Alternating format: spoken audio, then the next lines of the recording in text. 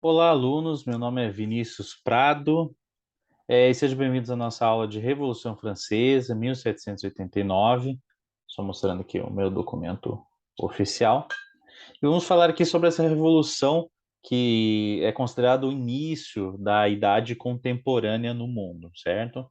Antes de falar da revolução em si, é importante falar aqui com relação ao antes da própria revolução, né? Estamos falando ali do século XVIII, onde a França tinha um sistema de governo monárquico absolutista, onde o rei Luís XVI representava o legislativo, o executivo e também o judiciário, certo? Ele tinha concentração de poderes.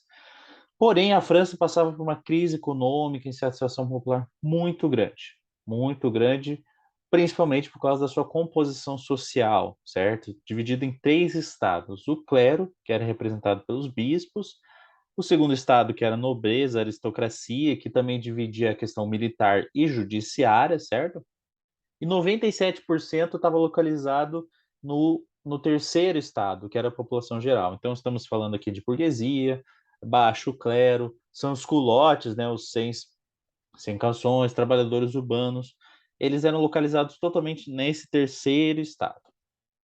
A França, nesse período, estava vivendo conflitos militares importantes. Dois para destacar, era a Guerra dos Sete Anos ali contra a Inglaterra, certo? Mas também a sua ajuda na Guerra de Independência Americana de 1776 foi muito importante, pois trouxe alguns ideais revolucionários de volta para a França, né? Então isso ajudou também. E essa Guerra de Independência Americana é contra os próprios ingleses. Os ingleses sempre tiveram uma participação muito importante, talvez indireta e diretamente, com relação à Revolução. Porém, o que acontece? Com esse despedimento ali e todo esse gasto militar, comprometia muito o orçamento da corte, né? Fora o próprio gasto que a corte despendia. O custo de vida deles era muito alto, certo? Tinha uma dívida pública muito grande, porém também tinha uma crise no campo, né? Gerando 62% de inflação ali entre 1780, 1770 e 1780. Péssimas colheitas ocorreram durante essa década. Com isso, existia um caos no país.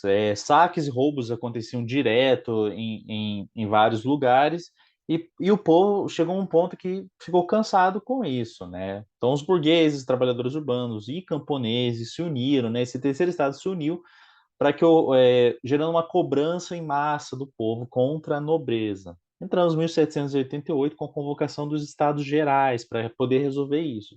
Só que existia uma votação desigual. Os dois principais estados ali, o clero e a nobreza, eles se juntavam, eles se uniam nesse sentido e buscavam ter dois votos contra um. Então, a palavra do terceiro estado, do povo, não geria muita influência, certo?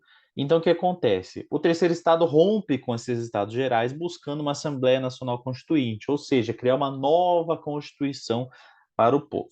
Ainda assim, a nobreza era muito resistente, Luís XVI não aprovava o que acontecia ali, né? Então, ocorreu um levante popular muito grande que durante 3 dias ali foram muito importantes para que ocorresse a Revolução Francesa em si, né? De 12 a 14 de julho de 1789, onde 12/7 o povo toma as ruas, dia 13/7 criada uma comuna para governar a França, e dia 14/7 a queda da Bastilha. Por que a queda da Bastilha é considerada ali o pontapé inicial dessa revolução? A Bastilha era um lugar onde se guardava armamento, munição, mas ela também representava um simbolismo, né? Ela representava o símbolo ali do poder opressor.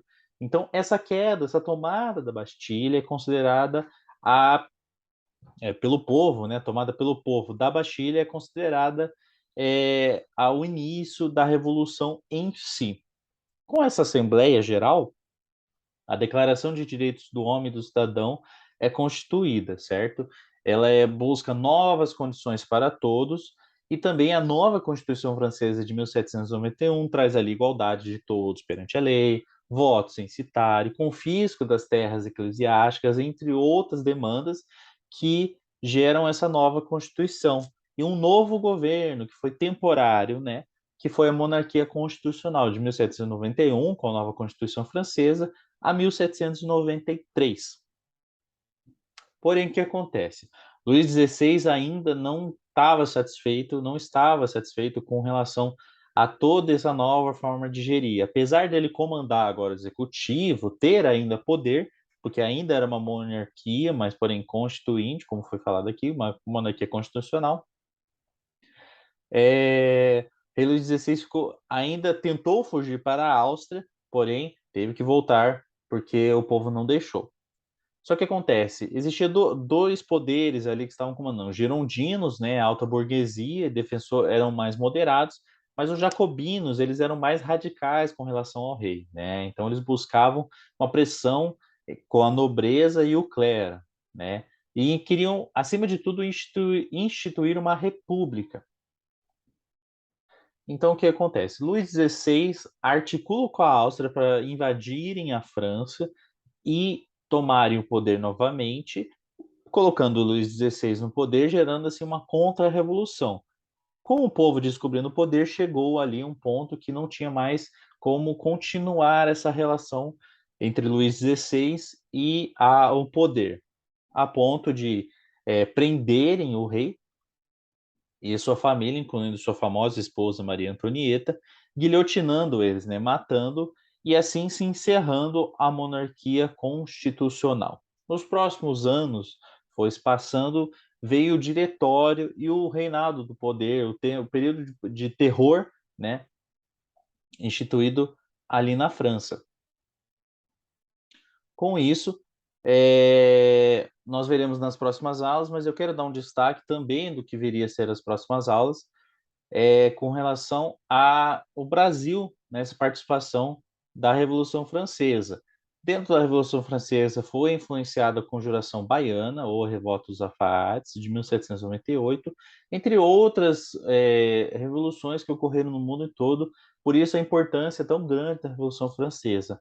Mas o que foi destaque para o Brasil é, seria no século XIX, ali, pois logo após a Revolução Francesa, o reinado do terror não ter dando certo, veio o 18 do Brumário, veio o Napoleão, nós trataremos também com relação ao período napoleônico nas nossas aulas, mas mais importante foi que Napoleão tentou invadir Portugal e com isso ocorreu uma fuga da família real para o Brasil, transferindo a sede da realeza lá em 1808, né, com a famosa chegada da família real no Brasil.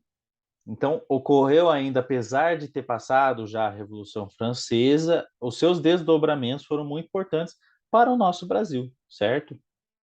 Com a chegada da família real em 1808.